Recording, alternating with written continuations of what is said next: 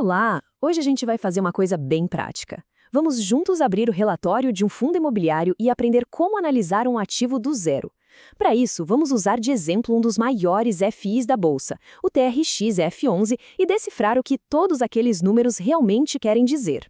Sabe, essa é a grande pergunta que todo mundo que está começando se faz. E a resposta não é um simples sim ou não, mas sim um processo, um jeito de olhar para os dados. O nosso objetivo aqui é justamente esse: te dar um roteiro, um passo a passo claro para avaliar qualquer fundo imobiliário usando as informações que ele mesmo publica.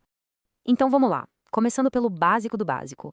Antes de qualquer coisa, a gente precisa saber quem é esse fundo, qual é a identidade dele. Bom, este é o TRX Real Estate. E lá na bolsa, para comprar ou vender, ele é encontrado pelo código TRX-F11. É como se fosse o apelido dele no mercado. E o que ele faz na prática?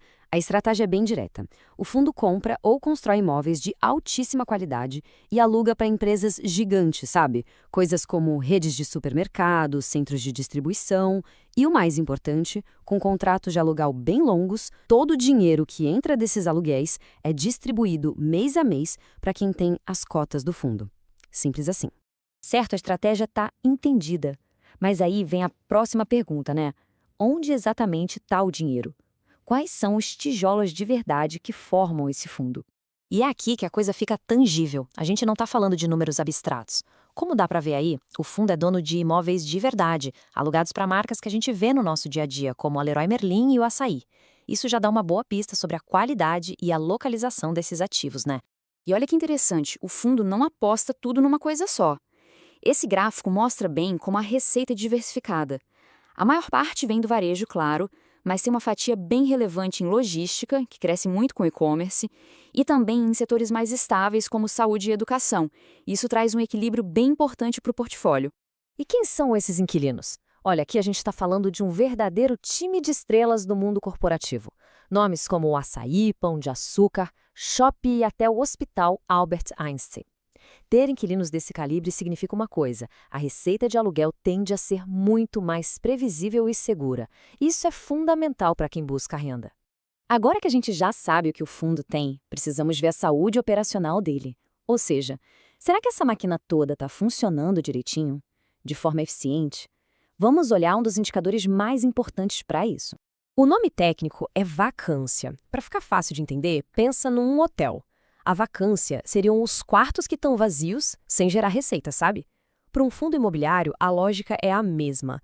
Quanto menor a vacância, melhor, porque significa que está tudo ocupado e pagando aluguel. E aqui a gente tem um número que, olha, chama muita atenção. A vacância do TRX F11, tanto a física quanto a financeira, é de zero. Isso mesmo, 0%.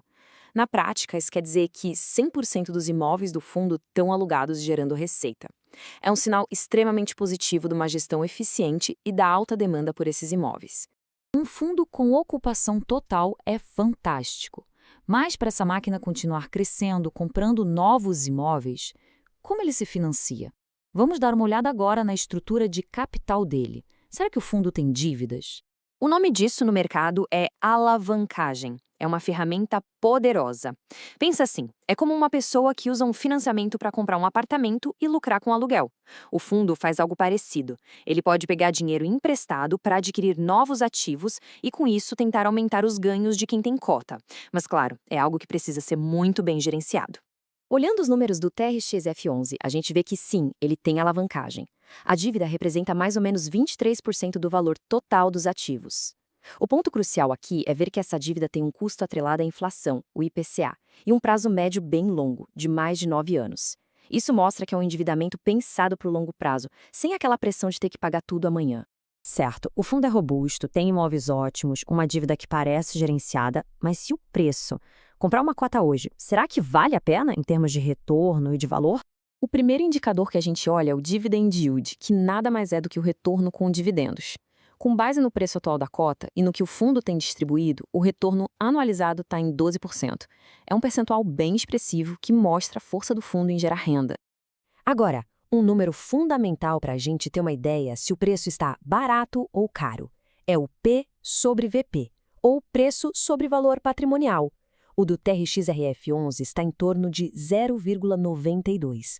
Mas o que isso quer dizer?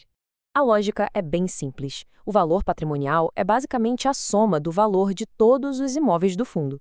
Se o P sobre VP está menor que 1, como é o caso aqui, isso indica que o preço da cota lá na bolsa está com desconto em relação ao valor justo dos ativos.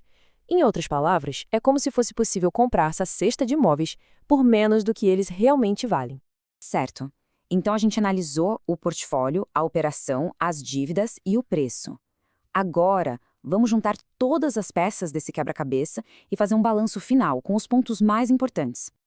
Então, resumindo a história toda, os pontos fortes são bem claros, né? Vacância zero, inquilinos de primeira linha, dividendos atrativos, um portfólio bem diversificado e o fato de estar sendo vendido com desconto. Por outro lado, os pontos que pedem atenção são a existência da dívida, que sempre precisa ser acompanhada, o risco natural de projetos que ainda estão em desenvolvimento, como o novo galpão para Shopee, e a exposição à inflação, que afeta tanto as dívidas quanto uma parte dos aluguéis. E agora? A reflexão final fica para cada um. Olhando para este quadro completo com os pontos positivos e os de atenção, o que pesa mais numa estratégia de investimento? É a segurança dos inquilinos? É o potencial de ganho por estar comprando com desconto? Ou é a geração de renda mensal dos dividendos? Entender as próprias prioridades é o último passo para uma boa decisão. Se gostou, curta e compartilhe. Não esqueça de se inscrever no canal. Importante, este conteúdo não configura análise ou recomendação de investimentos.